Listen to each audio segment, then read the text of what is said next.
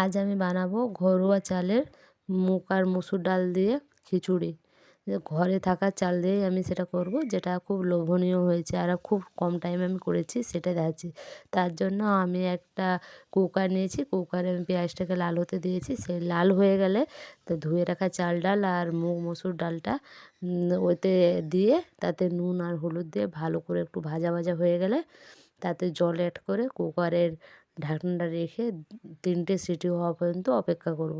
তারপরে এদিকে কেটে রাখা সমস্ত সবজিগুলা আমি এক এক করে নুন হলুদ দিয়ে ভেজে নেব।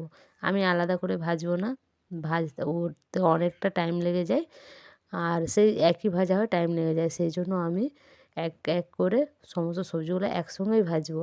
প্রথমে আমি আলুটাকে নুন হলুদ দিয়ে ভেজে নিয়েছি, একটু পরে তাতে আমি অ্যাড করলাম বাঁধাকপি ফুলকপি, তাতে বিনস, তারপরে সিম, তারপরে কেটে রাখা গাজর, এগুলো দিয়ে ভালোভাবে ভেজে তারপরে তাতে আমি দিলাম বেগুন অ্যাড করলাম, তাতে সেম পদ্ধতিতে নেড়ে চেড়ে একটু ঢাকনা দিয়ে ভাজতে হবে, যাতে ভালো ভালো ভাজাও হয় আর সেদ্ধ হয়ে যায়।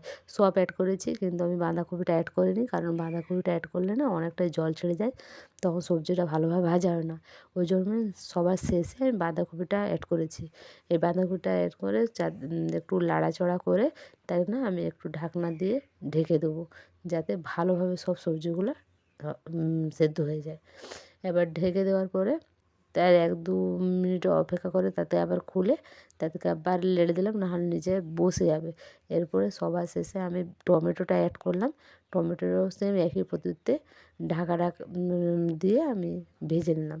তারপর সেই কুকারে সেদ্ধ হওয়া চাল ডালটাকে একটা হাঁড়িতে দিয়ে ডাল ঘুটনি দিয়ে ভালো করে ঘেঁটে দেবো আর তাতে সমস্ত সবজিগুলো অ্যাড করব। কারণ ডাল ঘুটনি দিয়ে ঘেঁটে দেওয়ার জন্য না আর খিচুড়িটা একটু মানে কী বলবো গাঢ় গাঢ় হয়ে যায়, যেটা খেতে খুব লোভনীয় হয়। ডাল ঘুটনি দিয়ে ঘাঁটার পর আমি এতে সামান্য পরিমাণে চিনি অ্যাড করবো। চিনিটা দিলে না খিচুড়িটার স্বাদটা খুব ভালো হয়। তোমরা নাও দিতে পারো, কিন্তু দিলে খুব ভালো হয়। এবার সবার শেষে আমি ভেজে রাখা গুঁড়া মশলা দিয়ে 2টো কাঁচা লঙ্কা দিয়ে আমি শেষ করলাম।